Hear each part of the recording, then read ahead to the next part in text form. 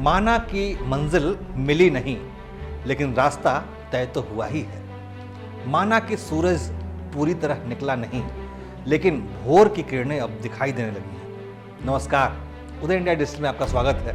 मैं हूं अंशुमान आनंद। आज हम आज़ादी का अमृत महोत्सव मना रहे हैं, यानी देश को आज़ाद हुए 76 वर्ष हो चुके हैं। वैसे तो भारत जैसी हजारों साल पुरानी सभ्यता के इतिहास में ये 73 साल कुछ भी नहीं है, लेकिन इतने वर्षों में हमें जहां पहुंचना चाहिए था वहां तक हम क्या पहुंच पाए हैं?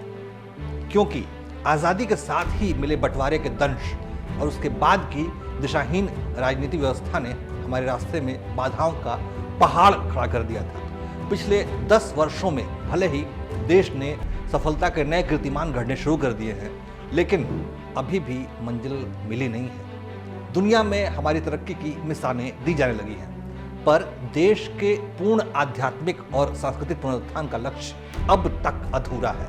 हालांकि खुशी इस बात की है कि हमने भारत माता को विश्व के सर्वोच्च सिंहासन में बिठाने का अपना स्वप्न कभी नहीं त्यागा और हमारी कोशिशें अब रंग दिखाने लगी हैं। याद करिए, सन 1947 का साल, हर तरफ अफरा तफरी और हाय तौबा मची हुई थी।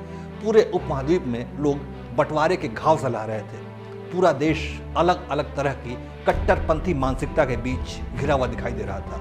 ब्रिटिश शासन खत्म होने के बाद दिल्ली में ऊपर से स्वदेशी लेकिन अंदर से पश्चिमी मानसिकता वाले प्रथम प्रधानमंत्री नेहरू की चिंताएं कुछ अलग तरह की थी। उनको लोगों को न्याय दिलाने से ज्यादा सामाजिक सद्भाव को बरकरार रखने की फिक्र थी। वहीं देश की वास्तविक बागडोर संभालने वाले तत्कालीन गृह मंत्री वल्लभ भाई पटेल को दंगों के साथ साथ दर्जनों रियासतों में बटे देश के एकीकरण की चिंता थी।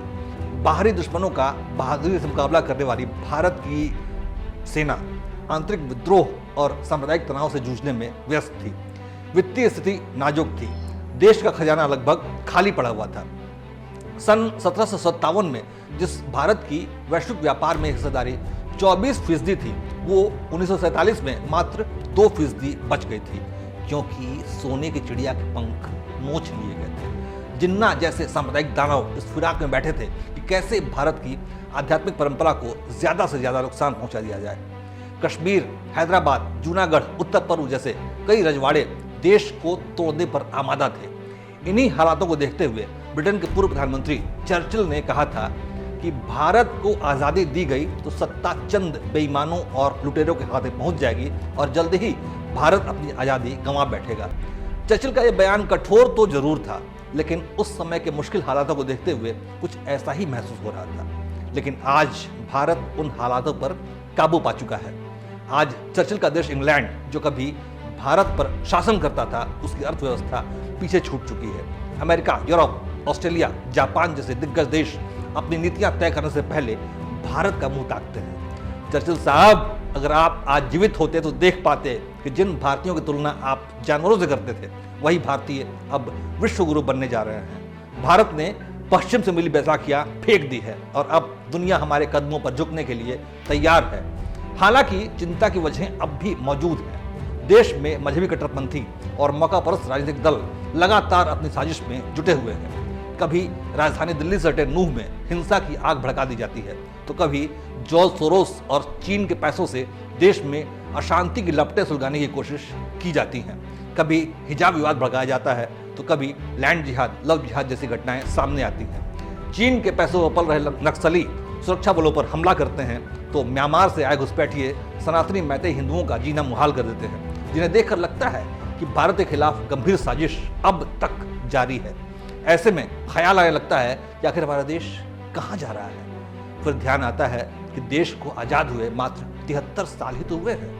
हजारों सालों से के इतिहास वाले देश में ये 76 साल कुछ भी नहीं है। अगर आपको भारत के विकास की गति धीमी होने की शिकायत है, तो जरा याद करिए दुनिया के सबसे बड़े लोकतंत्र अमेरिका का हाल, जहाँ आज़ादी मिलने के 89 सालों बाद तक गुलामी की अमानवीय प्रथा जारी रही। बाद में अब्राहम लिंकन ने अपने देश को इस जिल्लत से मुक्ति दिलाई, लेकिन इसकी कीमत उन्हें भी जान देकर चुकानी पड़ी थी। और पड़ोसी देश पाकिस्तान, इसकी तो बात ही निराली है। यहाँ बार बार सैनिक शासन लग जाता है या फिर सेना की कठपुतली शहबाज शरीफ जैसे कम अक्ल शासकों की सरकारें बनती हैं। ऐसे में आप भारत की ओर देखें तब समझ में आएगा कि हमारी उपलब्धियां कितनी महान हैं। हमने अंतरिक्ष में कदम बढ़ा दिए हैं। पूरा संसार सैटेलाइट प्रक्षेपण के लिए हम पर निर्भर करता है।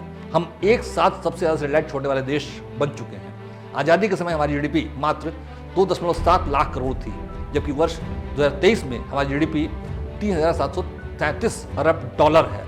1947 में हमारे देश का विदेशी मुद्रा भंडार लगभग $2 मिलियन था, जबकि साल 2023 में हमारे देश का विदेशी मुद्रा भंडार 609 अरब डॉलर तक पहुंच चुका है।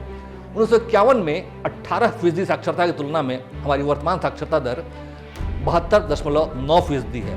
देश की औसत आयु 32 साल से बढ़कर 70 साल से भी ज्यादा हो चुकी है। जी हाँ, ये आंकड़े सच्चाई पर आधारित है। मार्च 2014 में ही हमारा देश पोलियो मुक्त घोषित हो चुका है। देश के आखिरी गांव तक बिजली पहुंच चुकी है। और कहां तक गिनाएं, आयुष्मान भारत योजना की वजह से गरीबों तक उच्च स्तरीय स्वास्थ्य सेवाएं पहुंच रही हैं। उज्ज्वला योजना के तहत महिलाओं को चूल्हे के धुएं से छुटकारा मिल चुका है। विदेश में भारतीय पासपोर्ट धारक होना अब गर्व की बात है।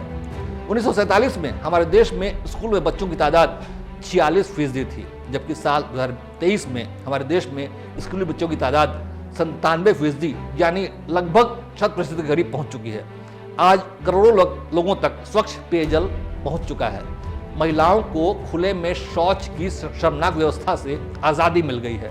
ये आंकड़े बताते हैं कि अभी सूरज पूरी तरह निकला नहीं है, लेकिन भोर की किरणें अब दिखाई देने लगी हैं। भारत अभी विश्व का सिरमौर बना नहीं है, लेकिन उसके आसार अब दिखने लगे हैं।